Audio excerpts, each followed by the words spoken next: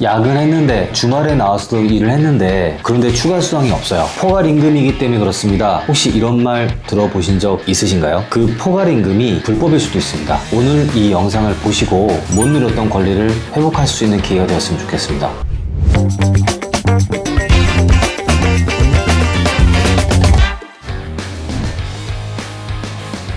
입사할 때 근로계약서를 보셨을 거예요. 월 얼마 원인데 가르치고 포괄임금 포함해서. 근데 이게 뭔지 물어보려니까는 물어보기도 쉽지 않았을 거고요. 물어보더라도 우리 관례적으로 이렇게 했습니다, 그냥 사인만 하세요 라고 그냥 넘어가셨던 분들이 아마 많이 계실 겁니다. 그리고 연장 근로나 야근을 할 때마다 포괄임금제이기 때문에 별도 수당이 없습니다 라는 말씀도 들어보셨을 텐데요. 이런 포괄임금이 합법일 때도 있지만 불법일 때도 있습니다. 오늘 그 차이점을 명확하게 구분하시는 자리가 되었으면 좋겠습니다.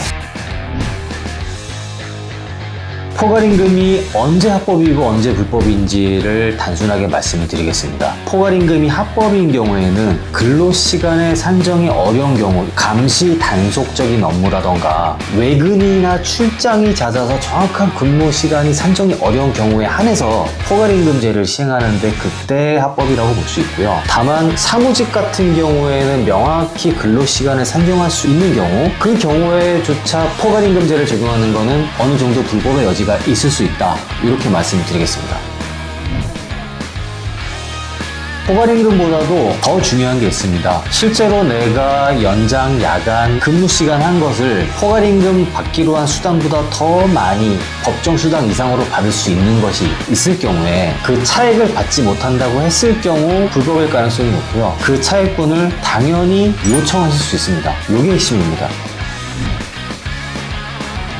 포괄임금 악용하는 수법 3가지가 있습니다. 첫 번째는 계약서에 포괄임금 계약 사인을 받고 실제 법정 수당보다 적게 주는 경우입니다. 두 번째는 야근이나 연장근무는 자발적인 거잖아 라고 하면서 안 주는 경우, 즉 묵시적인 연장, 야간 근로에 대해서 부지급하는 경우도 있죠. 마지막으로 관리직이 무슨 연장수당이야, 당연히 포괄임금제지 라고 말씀하시는 경우도 있습니다만, 이 경우도 마찬가지로 차액분을 청구할 수 있는 권리가 주어지는 상황이라고 볼 수 있습니다. 다만 중요한 건 여기서 포괄임금제에서 내가 일하기로 했던 근무 시간보다 초과해서 일을 했을 경우 그 차액분을 포괄임금이라고 무시하고 지급을 거부하는 경우에 한해서 문제 제기를 충분히 해볼 수 있을 것 같습니다. 포괄임금제가 무조건 나쁘다라는 말씀은 절대 아닙니다. 오해하지 마십시오.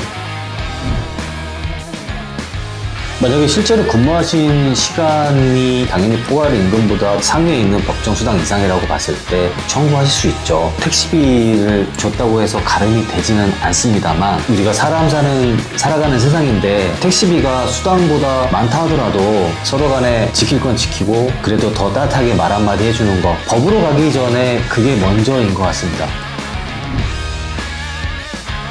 중요한 게 뭘까요? 연장해서 근무했다라는 자료, 즉 입증 자료가 제일 중요합니다. 그렇기 때문에 실제 근무했던 출퇴근 기록, 카톡의 대화, 그 모든 것들이 다 자료로 쓰일 수 있고요. 그 자료들을 차곡차곡 정리해 놔야지만 나중에 수당을 청구하실 때 결정적 자료로 활용될 수가 있습니다. 두 번째, 그러면 그 법정 수당을 계산해야 되는데요. 연장 수당은 1.5배를 더 곱해서 산정합니다. 왜 그러냐면요, 원래 근무하기로 했던 법정 시간보다도 더 초과해서 근무를 하는 거기 때문에 거기에 대한 노고를 더 인정하는 측면도 있고, 사장님 측면에서는 1.5배라는 페널티를 더 부과함으로써 연장 근무는 자제해라라는 의미가 또 있는 겁니다. 세 번째, 그러면 현재 내가 포괄임금제로 해서 받고 있는 임금과 연장 근무를 더해서 받아야 될 임금을 비교해 보시고요. 차액분이 발생한다면 그 차액분을 요청하실 수 있습니다. 네 번째, 만약에 원만한 합의가 이루어지지 않는다면 법적인 절차를 통해서 해결할 수 있는데요. 이 경우에 먼저 정확한 수당을 계산해서 차액분이 산출되게끔 해야 되기 때문에 가능한 이 단계에서는 노무사 등 전문가의 조력을 받기를 추천해 드립니다.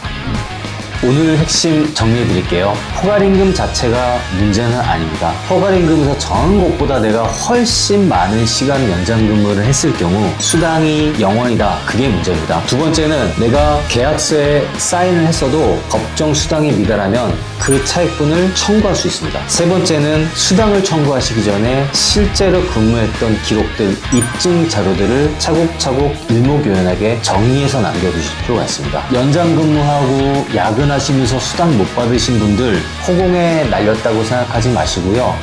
오늘 동영상 보시고 못 받은 수당 꼭 청구하시기 바랍니다. 농업인 권익이었습니다. 감사합니다.